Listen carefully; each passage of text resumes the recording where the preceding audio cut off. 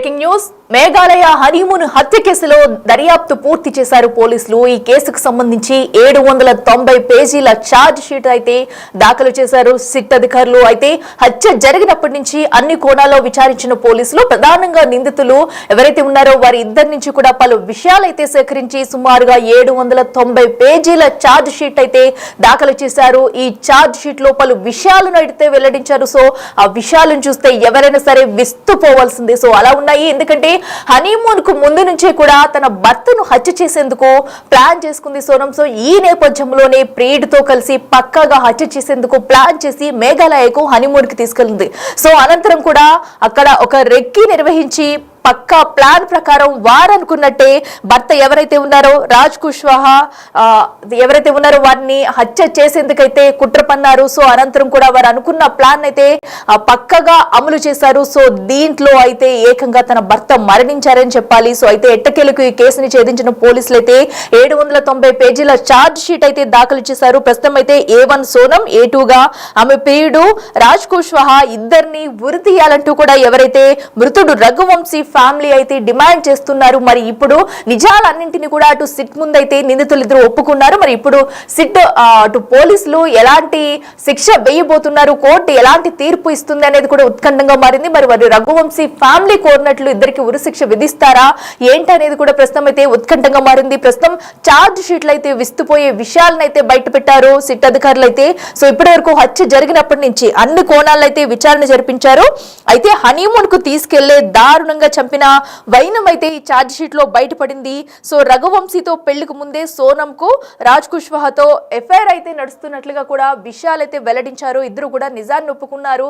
So అయితే పెళ్లి అనంతరం కూడా కొన్ని అనివార్య కారణాల వల్ల పెళ్లి జరిగింది. అనంతరం కూడా ఎవరైతే అటు రఘువంశీని చంపేందుకే ఇరువురు కూడా ప్లాన్ చేసుకుని మేఘాలయకు హనీమూన్ పేరుతో తీసుకెళ్లి ఎంతో కిరాతకంగా అక్కడైతే హత్య చేసింది. సో హనీమూన్ ప్లాన్ పేరుతో అయితే తన భార్య రఘువంశీని అయితే మేఘాలయ వరకు తీసుకెళ్లి అక్కడ పక్కా ప్లాన్ ప్రకారం ప్రియుడు ఎవరైతే రాజ్ కుష్వాహా ఉన్నారో అతడితో కలిసి అక్కడ హత్య చేసింది. సో హత్య జరిగినప్పుడు కూడా తన పక్కనే ఎవరైతే భర్తను చంపేటప్పుడు సోనం కూడా తన పక్కనే ఉన్నట్టుగా సిట్ విచారణలో అయితే బయటపడింది. సో దీంతో ఈ విషయాలు ఉన్న ప్రతి ఒక్కరు కూడా ఆశ్చర్యపోతున్నారని చెప్పుకోవాలి. సో ఎందుకంటే ఏకంగా భర్తను హనీమూన్ అని చెప్పించి పెళ్ళైన కొత్తలోనే తీసుకెళ్లి ఇంత కిరాతకంగా హత్య చేయడం సంచలనం సృష్టించిందని చెప్పాలి.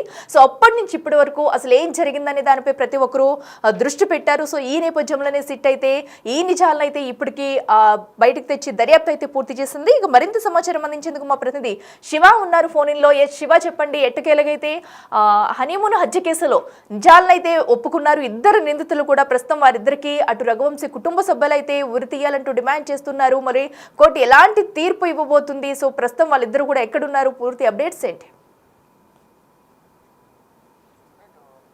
మర్డర్ కేసులో దర్యాప్తు పూర్తయింది. మొత్తం 8 మందిపై దర్యాప్తు శాఖ అధికారులు అభియోగాలు నమోదు చేశారు. A1 సోనం అలాగే A2గా ఆమె ప్రియుడు రాజ్ కుష్వాను చేర్చారు ఛార్జ్ షీట్ లో. ఇద్దరిని ఉరి తీయాలంటూ రఘువంశీ ఫ్యామిలీ డిమాండ్ చేస్తుంది. హనుమూన్ కి తీసుకెళ్లి భర్తను అత్యంత దారుణంగా ఈ సోనం చంపింది. రఘువంశీతో పెళ్లికి ముందే సోనం కు రాజ్ కుష్వాతో ఎఫ్ఐఆర్ ఉన్నట్లుగా కూడా తెలుస్తోంది. దీన్ని బట్టి మర్డర్ ప్లాన్ కోసం భర్తను మేఘాలయ తీసుకువెళ్ళింది సోనం. విచారణలో మొత్తం నిజాలను ఇద్దరు ఒప్పుకున్నారు. ఇక ఇటు దర్యాప్తు శాఖ అధికారులు కూడా మొత్తం ఛార్జ్ షీట్ ను దాఖలు చేశారు. సుమారు 790 పేజీల ఛార్జ్ షీట్ దాఖలు చేశారు. విచారణలో సీన్ టు సీన్ సోనం చెప్పింది. ఇక ముందే సుపారీ గ్యాంగ్ డీల్ పూర్తించుకుని 20 లక్షల వరకు ఇచ్చే విధంగా కూడా మాట్లాడుకున్నట్టు తెలిపారు. ఆ తర్వాతే మేఘాలయకు హనీమూన్ ట్రిప్ అనేది ప్లాన్ చేసినట్టు తెలుస్తోంది. ఇక భర్తను చంపేసి దొంగతనంగా సీన్ క్రియేట్ చేసింది సోనం. ఆ తర్వాత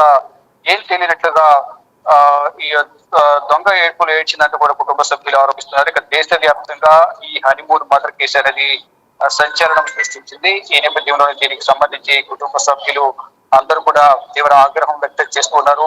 ఇటు సోనం తండ్రి కూడా కఠినంగా శిక్షించాలంటే చెప్తున్నారు. మరోవైపు రఘువంశీ ఫ్యామిలీ కూడా వారిద్దరిని ఉరి తీయాలంటూ కూడా డిమాండ్ చేస్తున్న పరిస్థితి కనిపిస్తూ ఉంది.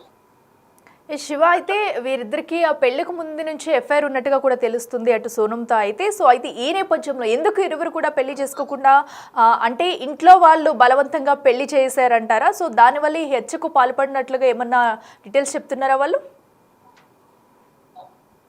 విచారణలో మొత్తం ఏం జరిగింది, ముందు నుంచి ఎఫ్ఐఆర్ ఉందా లేదా అనేది మాత్రమే వారు చెప్పినట్టు తెలుస్తుంది. కానీ ఈ పెళ్లికి సంబంధించి కానీ అయిష్టత గురించి కానీ ఇక్కడ వారు దర్యాప్తు అధికారులతో కానీ ఇటు కుటుంబ సభ్యులతో కూడా ఎక్కడ చర్చించిన దాఖలాలు కనిపించలేదు అనేది కూడా దర్యాప్తు అధికారులు, విచారణ అధికారులు కూడా చెప్తున్నారు. మొత్తంగా చూసుకుంటే ఈ ముందుగానే ప్లాన్ చేసుకున్న దాని ప్రకారం సిఫారసు కూడా ఇచ్చి వారితో పాటు ఈ రాజు కుష్వా కూడా ఈ మొత్తం రెక్కి నిర్వహించి మొత్తంగా ఈ హత్యకు ప్లాన్ చేశారని అయితే విచారణలో వెల్లడైందంటూ కూడా అధికారులు, పోలీసు ఉన్నత స్థాయి అధికారులు కూడా చెప్తున్నారు. మొత్తం 790 పేజీల ఛార్జ్ షీట్ దాఖలు చేశారు కాబట్టి ఫర్దర్ గా ఎటువంటి యాక్షన్ తీసుకుంటారని కూడా చూడాల్సి ఉంది. ఎస్, అయితే ఇప్పుడు రఘువంశీ ఫ్యామిలీ కుటుంబ సభ్యులు అయితే ఏం డిమాండ్ చేస్తున్నారు? సో ఎందుకంటే తన బిడ్డ చనిపోయిన తర్వాత కూడా న్యాయం చేయాలంటూ వారైతే ఇప్పటికే చెప్తున్నారు. ఎస్, ఇక మనం చూస్తున్నాము. Okay, right Shiva, thank you. Yes, ఇక ప్రస్తుతం అయితే ఏదైతే హనీమూన్ ట్రిప్ కేసులో అయితే పోలీసులు అయితే దర్యాప్తు పూర్తి చేశారని చెప్పాలి. మరి ఇప్పుడు వాళ్ళిద్దరికీ కూడా ఎలాంటి శిక్ష పడుతుంది అనేది కూడా ఉత్కంఠంగా మారింది. మరో పక్కన రఘువంశీ కుటుంబ సభ్యులైతే వారిద్దరిని కూడా ఉరి తీయాలంటూ కూడా డిమాండ్ చేస్తున్నారు. తమ కొడుకును ఎంతో నమ్మించి పెళ్లి చేసుకుని హనీమూన్ అని చెప్పి తమ కోడలు ఎవరైతే ఉన్నారో అటు మేఘాలయ తీసుకెళ్లి ఇంత కిరాతకంగా హత్యకు పాల్పడటంతో కూడా రఘువంశీ కుటుంబ సభ్యులు కన్నీరు మున్నీరుగా విలపిస్తున్నారు. అయితే ఎట్టకేలకు ఈ కేసుకు సంబంధించి సుమారుగా 790 పేజీల ఛార్జ్ షీట్ అయితే సిట్ అయితే పూర్తి చేసింది. మరి ఛార్జ్ షీట్ లో వెలువరించిన విషయాల ప్రకారం ఎలాంటి నిర్ణయం తీసుకోబోతున్నారు, వారిద్దరికి కూడా ఎలాంటి శిక్ష పడుతుందనేది కూడా వేచి చూడాలి.